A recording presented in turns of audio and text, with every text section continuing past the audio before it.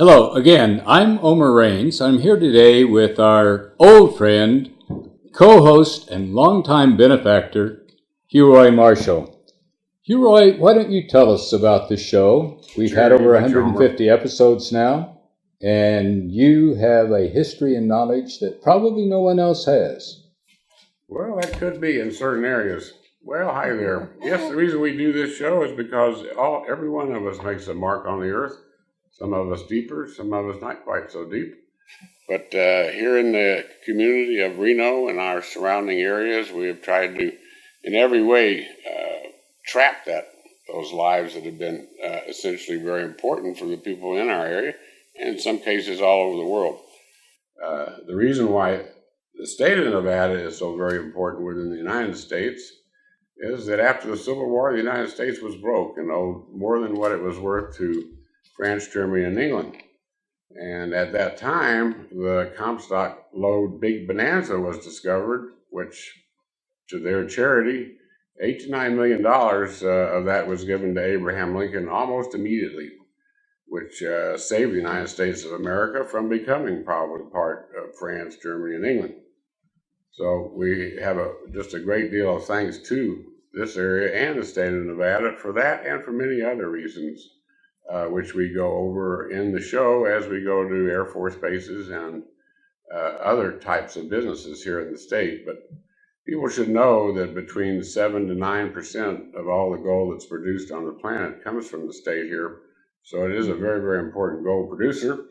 And that's what I do, is take rocks and then make them up into gold bars and sell all of these things at Marshall Mint up in Virginia City. First place on your right as you come into town, last place on your left, you're coming from Carson. We always talk about money to a little bit of a degree because most people don't know that the greenback and the goldback were essentially our first type of money. The greenback was redeemable in silver and the goldback ones were redeemable in gold. So anything over $20 was redeemable in gold. Today, our money is not redeemable only to the degree that it stands for a certain increment, as it were.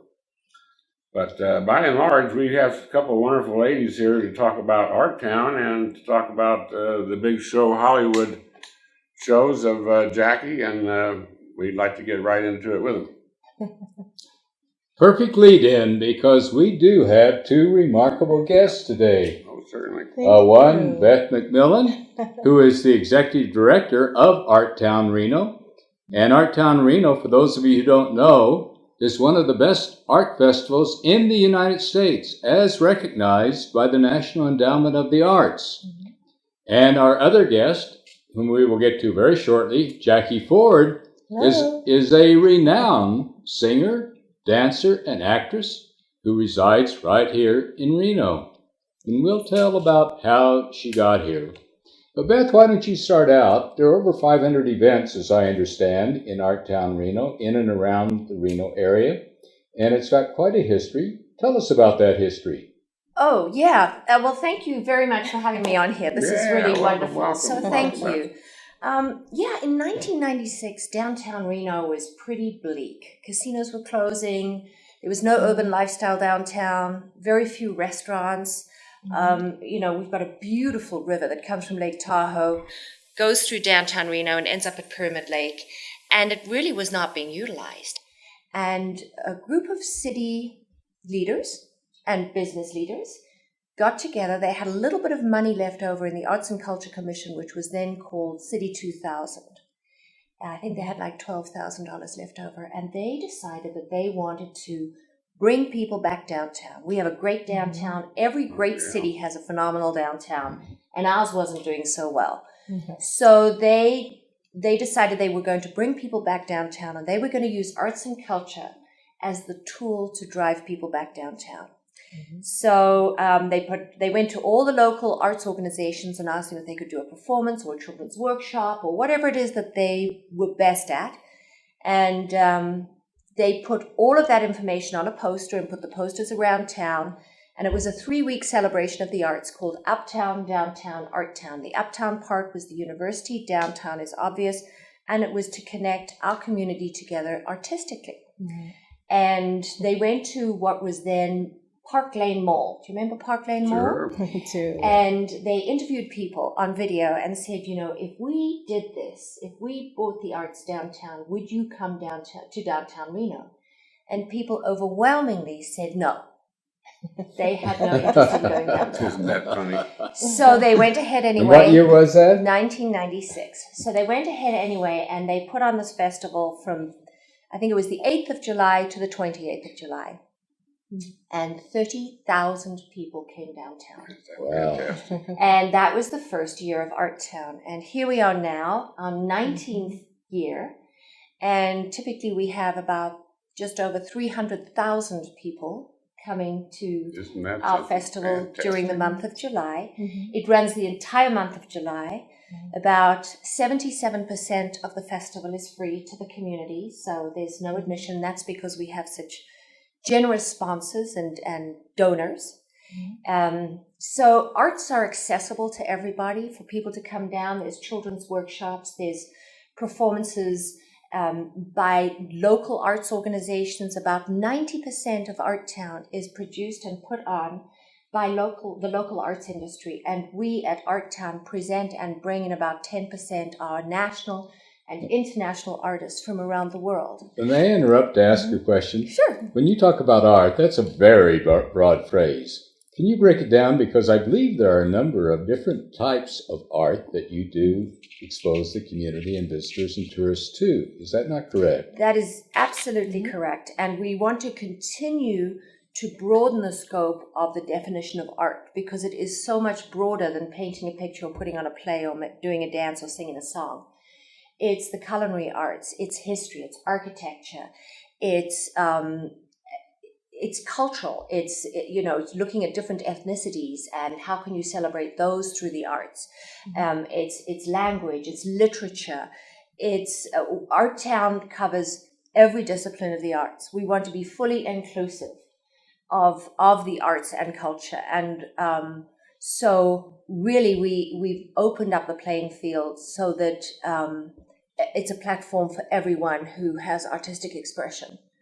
Now, Beautiful. That's beautiful. It really is. Now, with over 500 events being offered, what are the venues in which they are offered? They can't all take place at one time. No. One place. No, we have over 100 different locations. And again, we want to put art where you least expect to find it. Obviously, Wingfield Park in downtown Reno, right on the banks of the Truckee River, is our main stage.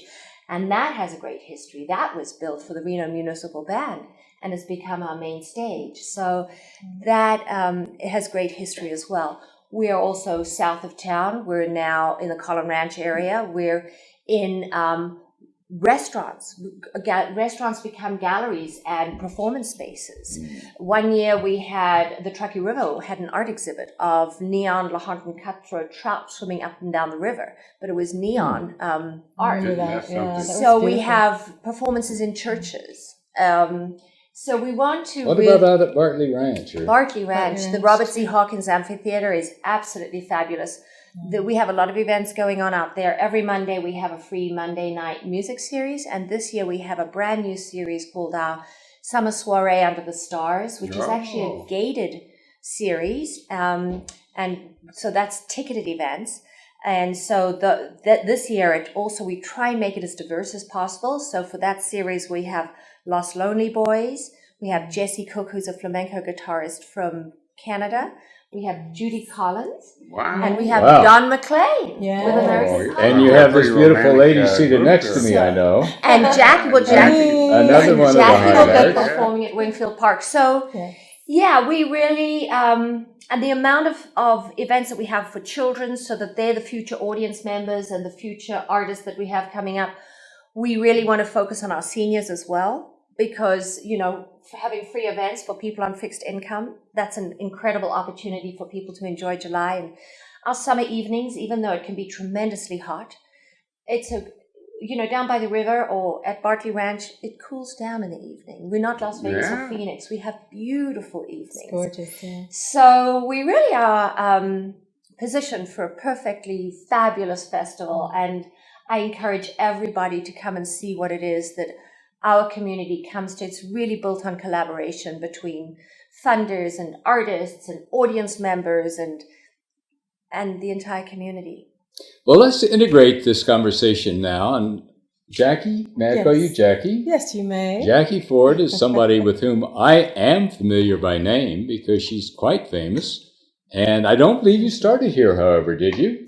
Not originally, no. Tell us about how you ended up here, because I know you were in New York City, you were in Broadway, you were in, I believe, Las Vegas and elsewhere. Yes, I started out in Michigan, and I was involved in the fine and performing arts in the community initially. Got a scholarship, 4-year scholarship, and majored in speech, theater, and communication, and was active in the community in a lot of different areas.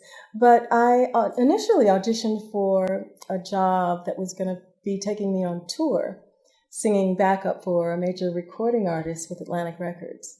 And so I auditioned for a gentleman named Charlie Atkins from Motown, who was the choreographer for all of the big names like the Supremes and the Temptations and the Spinners and all. And he hired me to be one of the backup singers. And so I went on this wonderful tour, which took me all across the United States. And from there, it just kept snowballing, you know. When that tour ended, I got another job, and then another job, and then another job, which the last one led me to Las Vegas to try to initially get to here. I did the MGM show called Hallelujah Hollywood, and then Jubilee for Mr. Don Arden. At the MGM Grand for a number of years. And then after several years of that, he asked me to come and be a principal here in Reno. And I said, Reno? Where in the heck is that? So he told me, and I got a ticket. He gave me a ticket and said, go see the show. Tell me if you like it and you want to do it. So I did, and I came up, and it was beautiful. I said, I fell in love with Reno. And I said, okay, where's the pen? And then I saw Tahoe and everything, and I've been here ever since.